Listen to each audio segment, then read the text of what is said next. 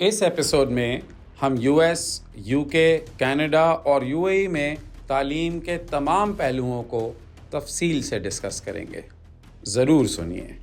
आजकल visit visas पाकिस्तानियों को नहीं मिल रहे जी। और क्योंकि विजिट वीज़ा नहीं मिल रहे तो वर्क वीज़ास भी नहीं मिल रहे यूएई के। तो यूएई में पढ़ने के बाद क्योंकि आप यूएई के अंदर ही है तो आपका student visa automatically work visa पे कन्वर्ट भी हो जाता है। अच्छा। On the other hand Canada के अंदर वीज़ा प्रॉबिलिटी क्योंकि कम है, सही है, तो कनाडा में प्रोसीजर यूजुअली ये होता है कि आपको पूरे साल की फ़ीस एक साथ जमा करवानी होती है। अच्छा। प्लस आपको रफली अराउंड $23,000 जो है वो आपको गारंटी के तौर पर रखवाने पड़ते हैं ट्यूशन फ़ी के उसमें। जी। एक नॉर्मल स्टूडेंट के लिए ट्यूशन फ़ी यूएस में रेंज करती है मिनिमम $18,000 से स्टार्ट होती है और मैक्सिमम जाती है $70,000 पर ईयर के बीच में, सही है। Depending on the university that you go for. ठीक द है। Higher the rank the more will be the tuition fee. ठीक है। यूके में यही ट्यूशन फी मिनिमम रेंज करती है around £15,000 to a maximum of around £55,000 per year, depending on the university that you go for. University में रहना बहुत महंगा पड़ता है। सही है, यूएस की बात करूँ तो यूनिवर्सिटी की अकोमोडेशंस काफ़ी महंगी होती है क्योंकि वो कहती है कि रहो भी हमारे पास, हमारा खाना भी खाओ। अच्छा। सही है, वो कहती है कि मील प्लान भी लेना मैंडेटरी है। सही है, अच्छा मील प्लान उनका हलाल होता है। इतनी आसानी से यूएस जाया जा सकता है? अगर मैं बात करूं यूएस का पूरा प्रोसेस टिल द वीज़ा, अगर आपके पास अपने फाइनेंसेस रेडी हैं सो द प्रोसेस और वोंट ये फाइनेंसेस क्या होने चाहिए, ये भी बता जरा। You will be shock to hear this. आपको पता है यूके का स्टूडेंट वीज़ा एक्सेप्टेंस अल्हम्दुलिल्लाह रेशियो क्या है? No idea. 97%। Oh wow. 97% acceptance ratio है अल्हम्दुलिल्लाह। अच्छा। उसका रीज़न क्या है? यूके कहता है मैं डॉक्यूमेंटेशन पे बात करूंगा। सही है। डॉक्यूमेंटेशन पे क्या है? 4 चीज़ों पे वीज़ा दूंगा। अब आ जाइए सर, एक और हमारा पड़ोसी है जिसके लिए आप करते हैं यूएई। यूएई एक अट्रैक्टिव डेस्टिनेशन बनती जा रही है पाकिस्तानियों के लिए। बिल्कुल ऐसी है। जॉब मार्केट में देखा है हमारे यहाँ लोग जॉब भी बहुत जाने लग गए हैं यूएई में करने के लिए। स्टूडेंट के हिसाब से ये मार्केट कैसी है? तो स्टूडेंट के हिसाब से it's a very growing market to be really honest. UAE के अंदर फॉरेन एजुकेशन की बहुत ज़्यादा इन्वेस्टमेंट हो रही है। सही है, उनका अपना एजुकेशन स्ट्रक्चर तो प्रॉस्पर कर रहा है। सही है, but then again quality oriented destinations की अगर मैं उसकी बात करूँ, सिस्टम्स की बात करूँ, तो फॉरेन कंट्रीज जो है वहाँ पर बहुत ज़्यादा इन्वेस्टमेंट कर रही है। अमेरिकन एजुकेशन स्ट्रक्चर वहाँ पर चल रहा है, यूके एजुकेशन स्ट्रक्चर चल रहा है वहाँ पर, आपका ऑस्ट्रेलियन एजुकेशन सिस्टम चल रहा है वहाँ पर और कैनेडियन एजुकेशन सिस्टम चल रहा है वहाँ पर। तो इन्होंने क्या अपने ऑफशोर कैंपसेस खोले हुए हैं? बिल्कुल ऑफशोर कैंपस खोले हुए हैं। वहाँ पर जो है नॉलेज पार्क है, नॉलेज विलेज है वहाँ पर, जहाँ पर बेसिकली डिफरेंट यूनिवर्सिटीज के डिफरेंट बड़े बड़े कैंपसेस वहाँ पर खुले हुए हैं। फॉर एग्जांपल कुछ यूनिवर्सिटीज के नाम लो तो Middlesex University Dubai is one very popular one. American University Dubai है, in Sharjah you have American University Sharjah, you got NYU Dubai as well. सही है, उसके अलावा वोलोगोंग ऑस्ट्रेलिया हो गई आपके पास, और आपके पास कैनेडियन यूनिवर्सिटी दुबई आ गई।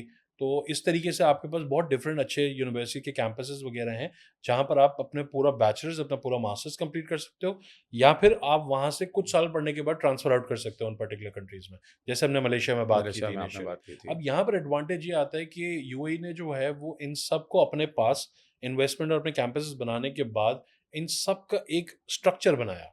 सही है कि इन स्ट्रक्चर्स पे आपने, इन क्वालिटी पे आपने काम करना, क्योंकि आपको पता है यूएई कहता है if I am either the only one or I am either number one. अच्छा। नंबर वन से नीचे यूएई नहीं आता, बात करता है हमेशा। बिल्कुल सही है। तो ऑब्वियसली बात है, वो कहता है कि मैं हमेशा क्वालिटी अपनी जो है ना वो मेंटेन रखूंगा। तो क्वालिटी मेंटेन करने के लिए उन्होंने केएचडीए का डिपार्टमेंट बनाया है। केएचडीए के डिपार्टमेंट में ये सारी यूनिवर्सिटीज रजिस्टर हुई हैं।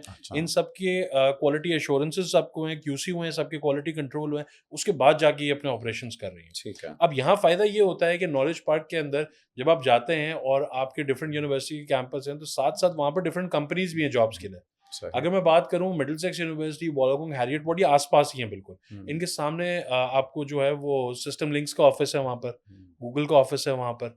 सही है, तो ऑब्वियसली बात है स्टूडेंट के पास इंटर्नशिप अपॉर्चुनिटीज वगैरह इसी तरीके से आ जाती है। सही है, उसके अलावा आपको पता है कि आजकल विजिट वीज़ास पाकिस्तानियों को नहीं मिल रहे और क्योंकि विजिट वीज़ा नहीं मिल रहे तो वर्क वीज़ास भी नहीं मिल रहे यूएई के। तो यूएई में पढ़ने के बाद क्योंकि आप यूएई के अंदर ही है तो आपका student visa automatically work visa पे कन्वर्ट भी हो जाता है। अच्छा, ये एक बहुत बड़ा तो ये बहुत बड़ा एडवांटेज हो जाता है। यूएई के अंदर इस वक्त बहुत जॉब अपॉर्चुनिटीज अवेलेबल है, बट एम्प्लॉयर्स जो है वो बैकलैश एम्प्लॉयर्स को कहाँ आता है कि यार पाकिस्तानियों को वीज़ा नहीं मिलता वर्क वीज़ा। वो कहते हैं कि यार आप एक काम करो, कैंडिडेट को बोलते हैं आप विजिट वीजा पे आ जाओ, सही है, हम आपका वीजा कन्वर्ट कर देंगे। लेकिन वो विजिट वीजा ही नहीं मिल रहा पाकिस्तान में, तो वो भी नहीं मिल रहा। सही है, तो स्टूडेंट वीजा में आपको फायदा ये होता है कि आपने पढ़ाई अपनी कंप्लीट की, जैसे पढ़ाई कंप्लीट करने के बाद आपको नौकरी मिली, आपका एम्प्लॉयर कहता है कि यार तुम तो यहीं पर ही रेजिडेंट वीजा पे हो, स्टूडेंट वीजा पे, I will convert your visa, right. It's a win win situation for you, right. Sir आप ये ऑफशोर कैंपस का जरा लोगों को एक्सप्लेन कर दें, ऑफशोर कैंपस होता क्या है, और देखिए एनवाईयू की एग्जांपल लेके आप बता दें। देखिए ऑफशोर में आपके पास है ना दो तरीके की कैटेगरीज आती है। Number 1 are affiliated campuses, number 2 are owned campuses. सही है। एफिलिएटेड कैंपस में ये होता है कि बेसिकली एक इदारा है जो कह रहा है कि मैं आपको इस यूनिवर्सिटी की डिग्री दूंगा, ठीक है, तो वो एफिलिएशन होगी। सही है। फॉर एग्जांपल वहां पर एक्सप्लोर एजुकेशन एक इदारा है, वो कहता है कि मैं आपको यूनिवर्सिटी ऑफ ग्लॉस्टरशायर की डिग्री दूंगा और साथ साथ लंदन मेट्रोपॉलिटन की भी दूंगा और इसकी भी दूंगा, उसकी भी दूंगा डिग्री। तो इससे क्या होता है कि आप उस इदारे में पढ़ रहे हैं, क्लासेस ट्यूशंस ले रहे हैं, बट आपको डिग्री बाहर की मिल रही है। सही है। तो इतना बड़ा एक्सपोजर में थोड़ा सा लिमिटेशंस आ जाती है। बिल्कुल।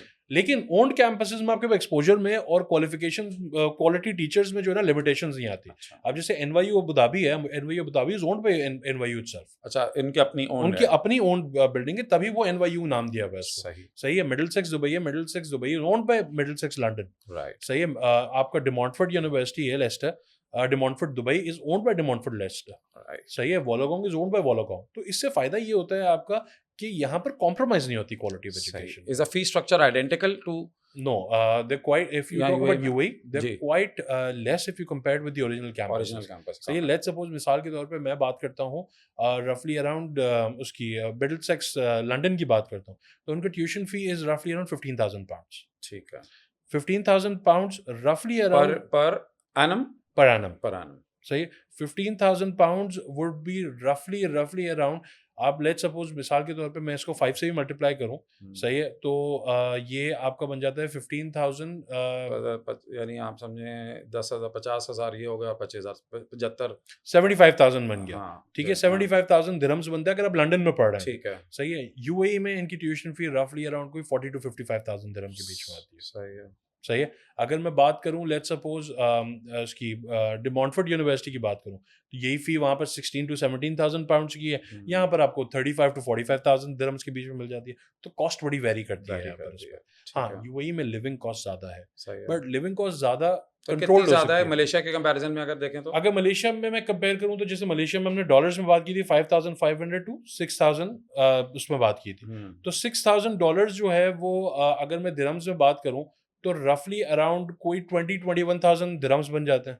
सही है। और यूएई की अगर मैं लिविंग कॉस्ट की बात करूं तो ये रेंज करती है 30 to 40,000 दिरहम्स में, but that's controllable because UAE के अंदर दुनिया की हर चीज मिलती है। सही है। अगर मैं खाने में एक शवारमे की बात करूं तो वो 2 दिरहम का भी मिलता है और 2,000 दिरहम का भी मिलता है। आप किस तरीके की चीज चाहते हैं वो डिपेंड करती है। तो आप कह रहे हैं तकरीबन एवरेज अगर हम बहुत ही हाथ खींच के अगर आप रहें वहां तो कितना फिर भी बेयर मिनिमम कितना आएगा? 80,000 दिरहम्स। 80,000 दिरहम्स बन गए आपके 60 लाख रुपए, 6 मिलियन।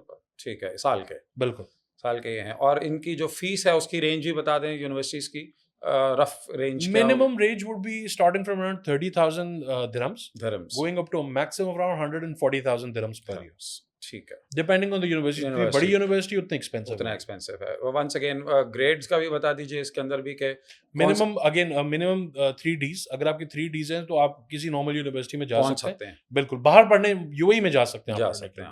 और वो भी जा सकते हैं, ए स्टार्स वाले तो बिल्कुल ऐसे।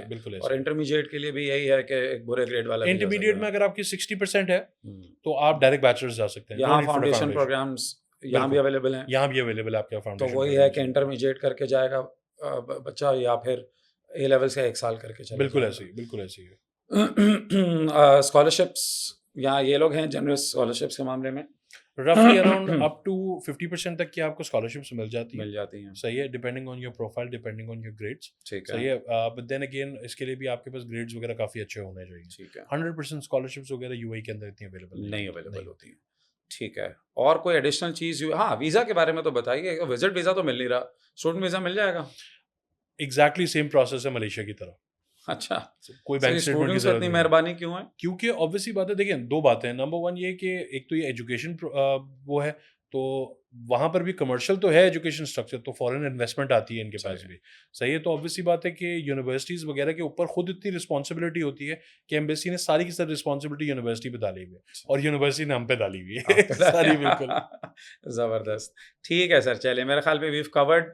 कोई और एडिशनल चीज मुझे नहीं आपके जहन में अगर कोई है यूएई के तो I think covered it all. अब सर आ जाए बिग 3 पर, कनाडा, यूके एंड यूएस। ठीक है। मेरे ख्याल में आपके पास जो ज़्यादातर लोग आते होंगे, वो कहाँ का आपसे यूजुअली कौन सी कंट्री है जिसके बारे में लोग? मी बीइंग एन एजुकेशनिस्ट, मैं हमेशा क्वालिटी के ऊपर बात करता हूँ, तो क्वालिटी के ऊपर डेवलप्ड साइड पे आपके पास यूएसए और यूके ही आता है। यूके, अच्छा कनाडा नहीं? कनाडा डेवलपिंग साइड पे आता है, वो अच्छा। यूएस एजुकेशन सिस्टम को फॉलो करता है। अच्छा, सही है। कनाडा के अंदर अगर आप देखें तो यूएसए के अंदर जैसे मैं बात करूं तो 4000 यूनिवर्सिटीज कॉलेजेस है पूरे यूएस के अंदर। सही है। यूके की बात करूं तो 1500 यूनिवर्सिटीज कॉलेजेस है, और कनाडा की बात करूं तो कनाडा में हैंडफुल नंबर ऑफ यूनिवर्सिटीज और कॉलेजेस होंगे।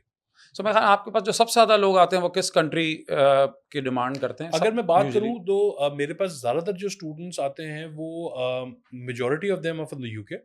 सही है। यूके के बाद फिर यूएसए की तरफ आते हैं। अच्छा, मुझे लगा था कि लोग यूएस की तरफ ज्यादा इंक्लाइंड होते होंगे। असल में एक कंफर्ट जोन यूके के लिए स्टूडेंट्स का दो तरीके से होता है। नंबर वन, एक तो वीजा की प्रोबेबिलिटी अल्हम्दुलिल्लाह काफी बेहतर होती है, and on the other hand क्योंकि ओएनए लेवल बैकग्राउंड से होते हैं तो वो एक सेम सिस्टम चल रहा आता है।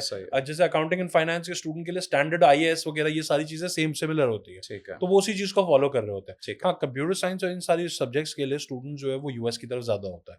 अगर लॉ की बात करूँ तो लॉ में यूके ही जाता है स्टूडेंट। ठीक है, बिल्कुल। चलिए सब पहले जरा कनाडा को कवर कर लेते हैं, तो लेट्स टॉक अबाउट कनाडा।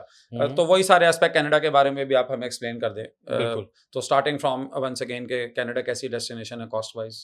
सबसे पहले कॉस्ट से पहले मैं एंट्री उसकी बात करूंगा, एलिजिबिलिटी की। अगर आपने ओ लेवल्स किया हुआ है तो ओ लेवल्स के बाद आपको 1 साल का फाउंडेशन करना पड़ेगा। ठीक है। यहाँ पे ए लेवल्स 2 साल का करना पड़ेगा। सही है। उसके बाद आप 4 साल के बैचलर्स में जाते हैं। ठीक है। तो ये रूट आफ्टर ओ लेवल्स 5 साल का मिनिमम हो जाता है। ठीक है। ठीक है। उसके बाद अगर मिनिमम ट्यूशन फी की बात करूं तो कनाडा के अंदर मिनिमम ट्यूशन फी रेंज करती है 35,000 कैनेडियन डॉलर्स। इंटर वालों के लिए बता दीजिए, मैट्रिक इंटर वालों के लिए वो कैसे जा सकते हैं कनाडा? मैट्रिक के लिए आपको फाउंडेशन करना मैंडेटरी है मैट्रिक के बाद, और इंटरमीडिएट के बाद आप डायरेक्ट 4 साल के बैचलर्स पे जा सकते हैं with a minimum of around 70%। 70% होना। बिल्कुल ठीक है, सही है। आपका जो बेसिकली कनाडा के अंदर फी स्ट्रक्चर है ranges from minimum of around Canadian dollars $30,000 to a maximum of around 65,000 Canadian dollars per year। ठीक है। सही है। अगेन वेरी एक्सपेंसिव रूट है। बिल्कुल। कैनेडियन डॉलर लगभग वही 200 का ही है, तकरीबन 200 का ही है। बिल्कुल, तकरीबन 200 का ही है। ठीक है। लिविंग कॉस्ट कनाडा की जो है वो तकरीबन रफली अराउंड 25,000 कैनेडियन डॉलर्स के करीब आती है। सही है। क्योंकि अभी इन्फ्लेशन वगैरह के उसमें इनकी लिविंग कॉस्ट काफी बढ़ गई। बिल्कुल, बहुत ज्यादा है। अच्छा, कनाडा से ज्यादा लोग जो है वो प्रेफर करते हैं यूएस यूके। कनाडा का मसला ये है, वेदर कंडीशंस बड़ी सिवियर है वहाँ पर। सही है। तो ऑब्वियसली बात है स्टूडेंट्स के लिए थोड़ा सा रहना मुश्किल हो जाता है वहाँ पर, और वेदर कंडीशंस इलाके भी हैं वो हमारे ठंडे इलाकों से भी ठंडे हैं। बिल्कुल ऐसे ही, बिल्कुल ऐसे ही है। अच्छा, तो सर ये रुपीस में लगभग लिविंग कॉस्ट और आपकी फीस मिला के ये कितनी होगी? रफली अराउंड 10-11 मिलियन के करीब आ जाती है। Crore. On the other hand Canada के अंदर वीजा प्रोबेबिलिटी क्योंकि कम है। सही है। तो कनाडा में प्रोसीजर यूजुअली ये होता है कि आपको पूरे साल की फीस एक साथ जमा करवानी होती है, प्लस आपको रफली अराउंड को $23,000 जो है वो आपको गारंटी के तौर पे रखवाने पड़ते हैं। कनाडा वाले मुश्किल से वीजा देते हैं पाकिस्तानियों को? बिल्कुल, कनाडा के लिए काफी मुश्किल होता है। अच्छा। सही है। मतलब रफली अराउंड अगर मैं वीजा प्रोबेबिलिटी बात करूं तो रफली अराउंड 60% रिफ्यूजल, 40% एक्सेप्टेंस होता है। अच्छा, बिल्कुल ऐसे ही कनाडा। तो सर ये यूजुअली कौन से केसेस होते हैं जिनको वीजा नहीं मिलता? ये बेसिकली वो केसेस होते हैं जो बेसिकली फाइनेंशियली इतने स्ट्रांग नहीं होते, जिनकी बैंक स्टेटमेंट में आप देखेंगे कि अचानक से अभी पैसा है 2 मिनट में निकल गए। सही। यानी आपकी स्टेटमेंट जो है ना वो जेन्युइन होनी चाहिए, प्रॉपर आपकी एक मनी ट्रेल नजर आनी चाहिए उस चीज का। बिल्कुल। और over a long period of time. बिल्कुल ऐसे ही है। बिल्कुल। और हम लोग भी ऑब्वियसली बात है शुरू में जब स्टेटमेंट्स वगैरह सारी चीज देखते हैं, हम बता सकते हैं कि एक्सेप्टेंस एक रिजेक्शन का केस है। पेरेंट्स को हम अकॉर्डिंगली गाइड कर देते हैं कि इसको आप इस तरीके से इम्प्रूव करें। अगर वो इम्प्रूव कर लेते हैं देयर आर चांसेस कि वीजा अप्रूव हो जाते हैं। अगर नहीं करते तो फिर ऑब्वियसली बात है। तो तब लगभग कितने होने चाहिए बैंक अकाउंट में अगर आप कनाडा के लिए जा रहे हैं? देखिए, जब हम बैंक अकाउंट की प्राइस की बात करते हैं ना, अमाउंट की बात करते हैं, तो it all depends on the universities tuition fee. ठीक है। क्योंकि फॉर्मूला एक ही है, tuition fee plus living expenditure. सही है। सही है। तो anything above 8.5 million to around 12 million इसके बीच में अमाउंट आता है, यानी 85 लाख बिल्कुल से लेके करोड़ तक बिल्कुल ऐसे होने चाहिए। बिल्कुल ऐसे ही। काम करने की क्या पॉसिबिलिटी होती है बच्चों के लिए अगर कनाडा? वही सेम है, 20 घंटे एक हफ्ते में अलाउ होते हैं ऑफिशियल। बिल्कुल ऑफिशियली अलाउ होते हैं आपको एक हफ्ते में 20 घंटे। ठीक है। यूनिवर्सिटीज की scholarships? Canada is not very friendly when it comes to scholarship. It's a very commercial education system. Really? अच्छा, बिल्कुल ऐसे ही है। So इसका मतलब स्कॉलरशिप्स वाले डिस्काउंट्स मिल जाते हैं आपको रफली अराउंड $5,000 to $6,000 तक के मैक्सिमम डिस्काउंट्स मिल जाते हैं। सही है, तो वो भी सर ये एजुकेशन में डिस्काउंट का वर्ड आया कैसे ना, मैं आज तक नहीं समझ पाया। बेसिकली हम अपनी पाकिस्तानी स्टूडेंट्स को समझाने के लिए इसको डिस्काउंट्स कहते हैं। वो स्टडी एड होता होगा या नहीं, बाहर की दुनिया में इसको बर्सरी कहते हैं। अच्छा, बर्सरी कहते हैं, बिल्कुल ठीक है। मैं ये कहता हूँ यार, या तो स्कॉलरशिप मिलेगी या स्टडी एड मिलेगी, या डिस्काउंट। अक्सर हमारे यहाँ भी लोग आते हैं, कहते हैं डिस्काउंट कितना मिलेगा, मैं कहता हूँ सब्जी लेने थोड़ी आए हो, बिल्कुल ऐसे ही डिस्काउंट मिले। ठीक है, ठीक है। अच्छा, हम भी जब बर्सरी वर्ड यूज करते थे लोगों को समझ नहीं आता। बिल्कुल ऐसे ही, आई गेट इट। आपने फिर कहा कि यार वो उस लैंग्वेज में बात करो जो लोगों को समझ में आए। बिल्कुल ऐसे ही। तो आप ये कह रहे हैं स्कॉलरशिप्स कोई बहुत फ्रेंडली नहीं है, अगर हैं भी तो शायद बहुत अच्छे ग्रेड और बहुत अच्छी प्रोफाइल वालों को मिलती है, और वो कितनी मिल जाती हैं अगर मैक्सिमम भी आप उसको स्ट्रेच करें? मतलब मैक्सिमम रफली 5-6,000 कैनेडियन डॉलर्स के करीब आ जाती है, नॉट वेरी मच फ्रेंडली। तो वो फ्रेंडली नहीं है। और सर इसमें भी हर तरह की यूनिवर्सिटी है, हर तरह के बच्चे के लिए यूनिवर्सिटी अवेलेबल है? बिल्कुल, यहाँ पर जैसे मैंने आपको बताया ब्रांड नेम U15 है। U15 के अंदर top universities U of T, university of Alberta, और ये सारी यूनिवर्सिटीज आती हैं यहाँ पर। सही है, तो ऑब्वियसली बात है जितनी अच्छी यूनिवर्सिटी से आप ग्रेजुएट करते हैं उतनी अच्छी आपके पास जॉब अपॉर्चुनिटी आती है। करंटली पहले आज से इन द लास्ट 5 years बहुत सारे लोगों को इमिग्रेशन वगैरह मिली हैं कनाडा की, और लोग मूव आउट कर गए हैं। तो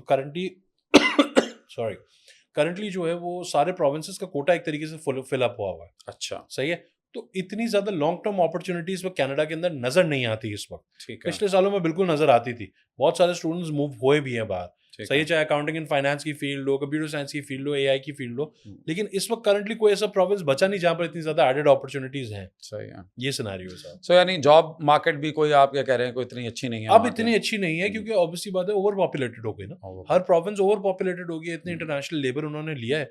पहले लेबर शॉर्टफॉल होती थी, अब एक्सेस लेबर हो गई वहाँ पर। कोई ऐसी पर्टिकुलर फील्ड जहाँ पर आपको लगता है कि जॉब ज्यादा आसानी से इस वक्त हेल्थ केयर की उसमें काफी वहाँ पर अपॉर्चुनिटीज अवेलेबल है, जिसके अंदर आपके पास ओल्ड एज होम्स, सही है, सिविल यूनिट्स वगैरह इस तरीके से जो आते हैं, यहाँ पर आपके पास काफी जॉब इस वक्त अपॉर्चुनिटी है, और वो भी ज्यादातर नोवा स्कॉशिया के बेसिकली आपके प्रोविंस वगैरह की साइड पे अपॉर्चुनिटी है। ठीक हो गया।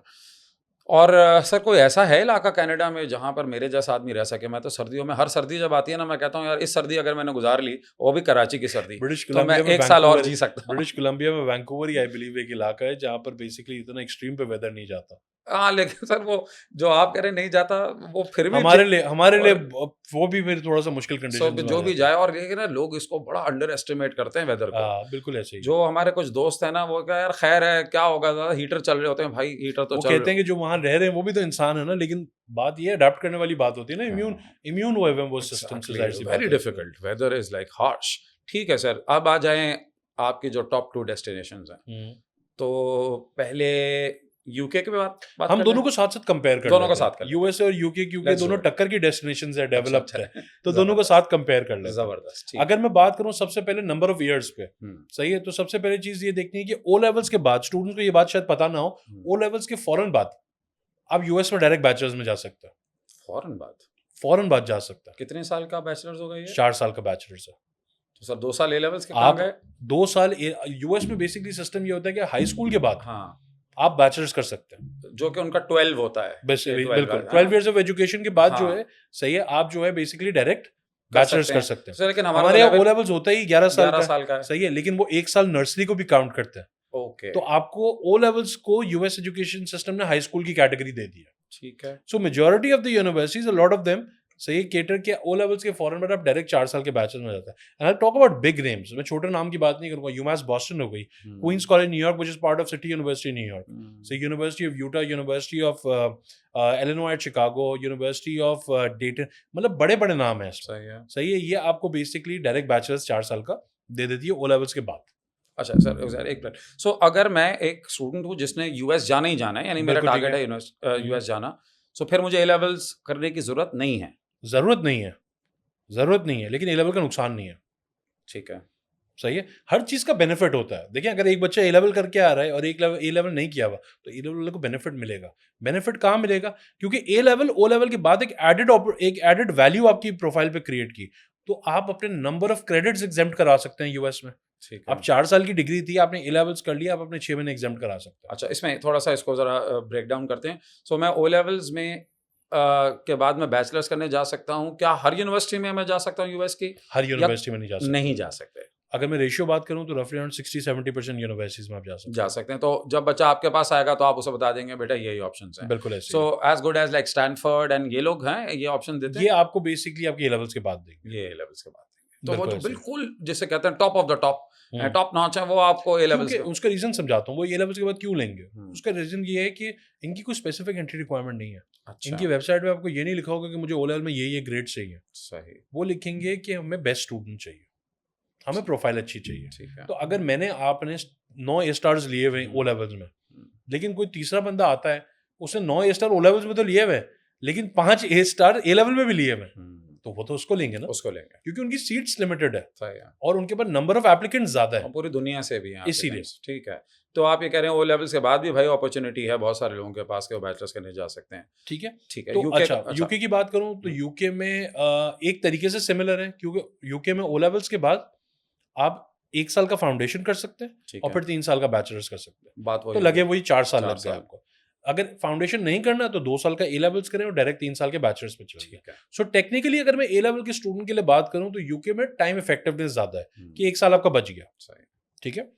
फिर हम बात करते हैं ट्यूशन फी के उसमें। जी, एक नॉर्मल स्टूडेंट के लिए ट्यूशन फी यूएस में रेंज करती है मिनिमम $18,000 से स्टार्ट होती है और मैक्सिमम जाती है $70,000 पर ईयर के बीच में। सही है। Depending on the university that you go for. ठीक है। The higher the rank the more will be the tuition fee. ठीक है। यूके में यही ट्यूशन फी मिनिमम रेंज करती है around £15,000 to a maximum of around £55,000 per year depending on the university that you go for. तो sir इसको rupees में अगर हम लगभग एवरेज निकालें, अगर रुपीस की हम बात करें, अगर मैं एवरेज एक रफली, तो आपने कहा कितने डॉलर्स आपने फरमाया? 5 to 6 मिलियन के करीब होगा दोनों। हाँ, दोनों की ट्यूशन फी तकरीबन सेम है, तो खर्चा ट्यूशन फीस के हवाले से तकरीबन बराबर है। हाँ, लेकिन यूके में 1 साल बच रहा है।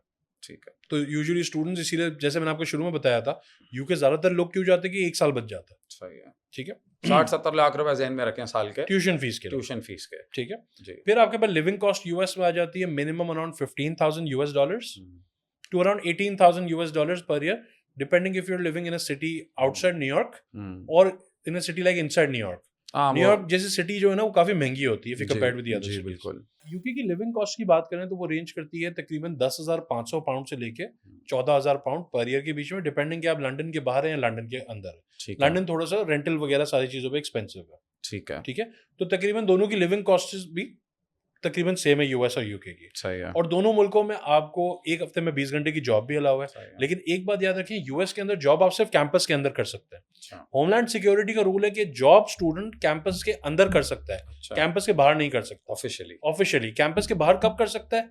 जब सेकंड ईयर में उसकी यूनिवर्सिटी उसको ऑफिशियली अलाउ करे।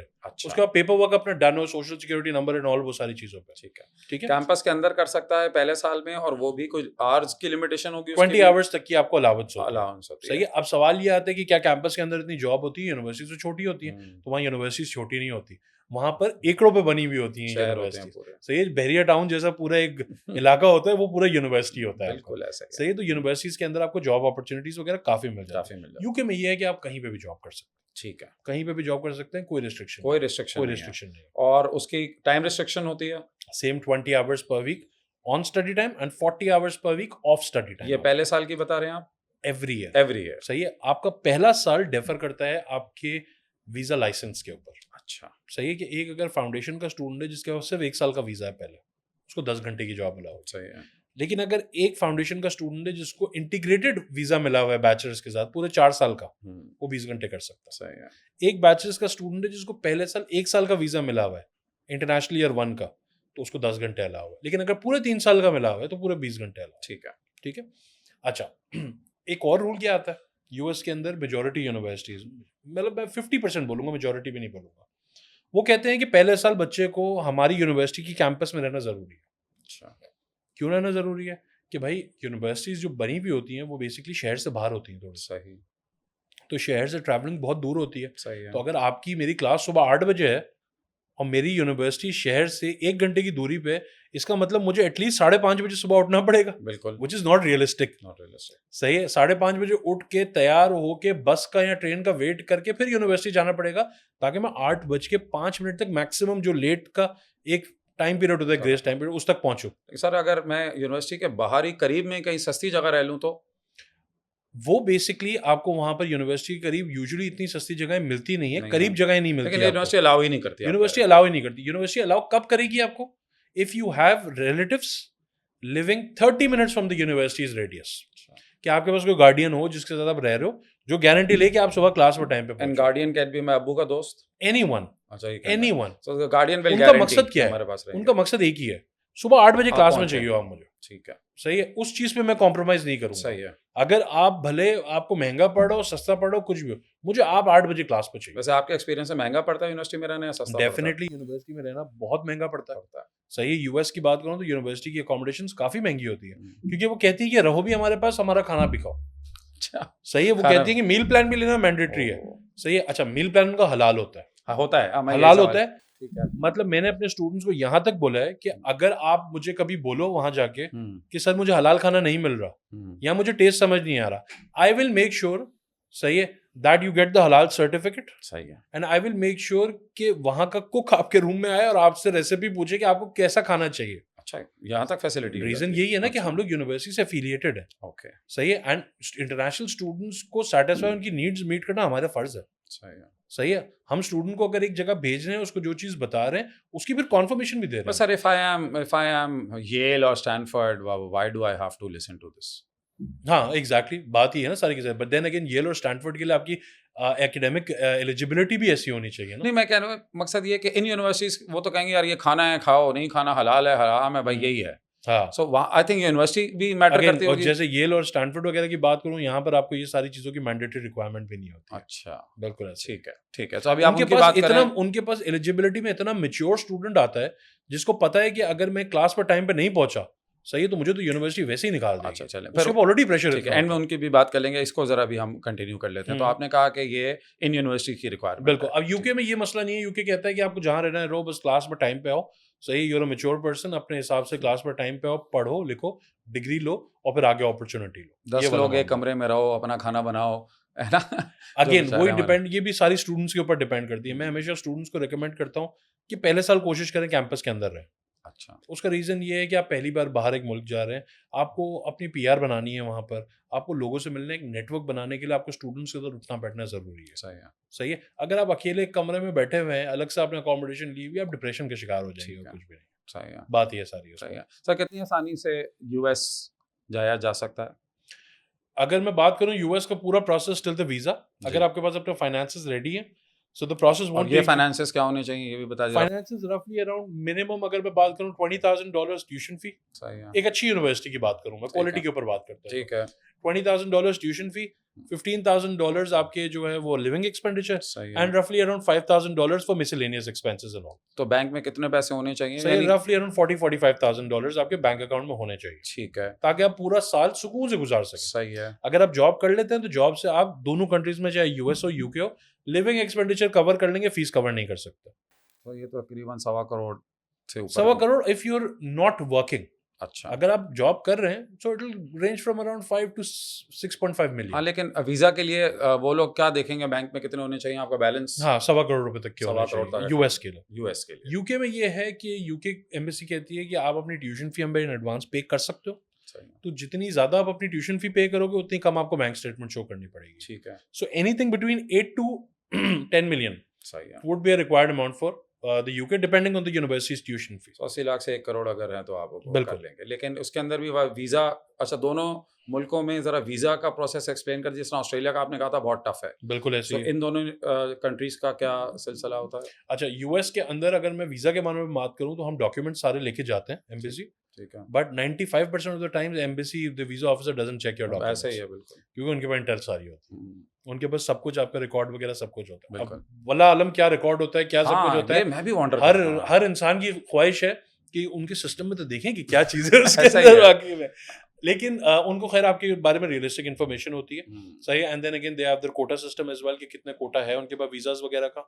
डेली पे डिफरेंट कोटा होता है, कुछ दिन वीजा बहुत अच्छा आ जाते हैं स्टूडेंट्स के, कुछ दिन मतलब ऐसे स्टूडेंट्स जिनको मैं बोलता हूँ कि यार इसको देख के पता चलता है कि ये भाग जाएगा, उसका वीजा लग गया होता है। सर ये ट्रू। अच्छा, मुझे किसी ने कहा था कि नहीं यार ये ऐसे मिथ है कि कोई कोटा वोटा होता है डेली का, वो तो केस टू केस होता है। तो अगर कोई एक जेन्युइन केस है उसको अगले दिन का कोटे में से भी वो दे देते हैं। आई डोंट नो अब ये सच है झूठ है नहीं। अगेन हम इस चीज के बारे में सिर्फ सोच सकते हैं। ठीक है, हम में से किसी के बारे में इसकी रियलिस्टिक इन्फॉर्मेशन नहीं है। ऐसा हुआ है कभी कि केस शॉर्ट शॉट आप कहें यार इसका वीजा लगेगा ही लगेगा और उसका नहीं लगा? सर बहुत बार हुआ है, और बहुत बार आंसू निकले हैं बहुत बार। और ऐसा जिसका आप कहें यार इसका लग ही नहीं सकता और लग कर आ गया? ऐसा भी हुआ है। ऐसा भी हुआ है। मतलब लिटरली मैं आपको बता रहा हूँ कि हमारे पास एक स्टूडेंट आया जी, सही है, उसने बोला कि आप कंसल्टेंट हैं तो आप मुझे जो है वो एडमिशन करा दें, मैं आपको फला इतने पैसे दे दूंगा। Offered a very hefty amount. I was like just get me into a university and मेरा वीजा अप्लाई कर दें और मैं बस वहाँ चला जाऊंगा, आपको इतने पैसे देंगे। आई वाज लाइक नो, आपकी मुझे क्रेडिबिलिटी सही नहीं लग रही, we won't take in your case. सही है, आफ्टर अ मंथ ही केम बैक, सही है, एंड ही वाज लाइक मेरे पास ये वीजा आ गया मेरा, सही है, और मैं जा रहा हूँ और अब मैं वहाँ जाके यूनिवर्सिटी में पढ़ूंगा नहीं और मैं आगे पीछे हो जाऊंगा सब कुछ। And I was like, यार ऐसे बच्चे का So you were right about him. I was right about him. सही है, I was right about him, but he was very lucky he got the visa.